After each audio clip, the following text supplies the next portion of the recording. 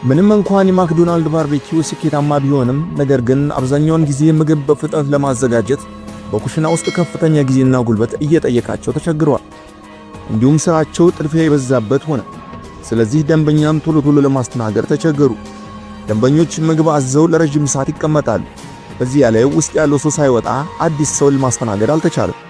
ይህ ደግሞ ስኬታማነትን ያረጋግጥ። ምክንያቱም በኩሽና ውስጥ ያሉ ሰራተኞች ምግብ በፍጥነት ባለማድረሳቸው ብዙ ተጠቃሚዎችን ማስተናገድ እንዳይቻል አድርጓል።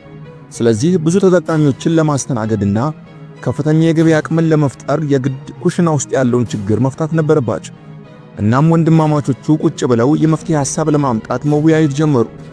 ኩሽና ውስጥ ለምንድነው ፍጥነት የጠፋው እና ስለምን መዋከብ በዛ ብለው ሲያስቡ የምግብ ዝርዝር እንደበዛ፣ በዋነኝነት ግን የምግብ ትዕዛዙና የሚሰራው ሰራተኛ መጠን አልተመጣጠንም። ቢመጣጠንም እንኳን አንድ ምግብ ከመጀመሪያው ጀምሮ እስከ መጨረሻው ለመስራት የራሱ የሆነ ጊዜ ፈጀ። እሱም ጊዜ ቢሆን ለማስተናገድ ከሚፈለገው የተጠቃሚ ቁጥር ጋር አይመጣጠንም።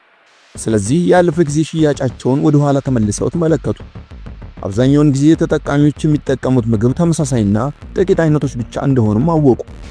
ስለዚህ ሜኑዋቸውን ቀለል ያለ ለማድረግና በአነስተኛ የምግብ አይነቶች ላይ ብቻ በማተኮር ፍጥነትን ለመጨመር ፈጣን አገልግሎት ትርፋቸውን የበለጠ እንደሚያሳድግና ብዙ ደንበኛን ፍሰት እንደሚስብ በማሰብ አገልግሎታቸውን በአዲስ መልክ ማስተካከል ጀመሩ። ጥቂት የምግብ አይነቶችን በተለይም ሃምበርገር፣ ቺዝበርገር፣ ቺፕስ፣ ኮካኮላና ሚልክሼኮች ከሌሎች በተለየ ሁኔታ ተወዳጅና ተፈላጊ መሆናቸውን አስተዋሉ።